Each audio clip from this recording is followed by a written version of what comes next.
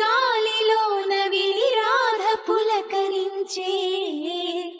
ముగ్ధ మోహనుని మదన సుందరుని తరుణి కాంచనించే car చీకటిలో దీపమల్లె ఘనశ్యాముడెదురు పడడే అతడి సర్వమనురాధ హృదయమును అసలు తెలుసుకొనడే పెదవి ఉనికి నిందుకనో వయసు ఉనికి దేనికనో కాలమాగి నిందుకనో అడుగు పడదు దేనికనో నీ పిల్లన గ్రోవి సవ్వడి వెనకాసిలేపోదా కన్నీ రాధా కృష్ణ రావా రావా కోరింది నీ రాగా మెచింది నువ్వులే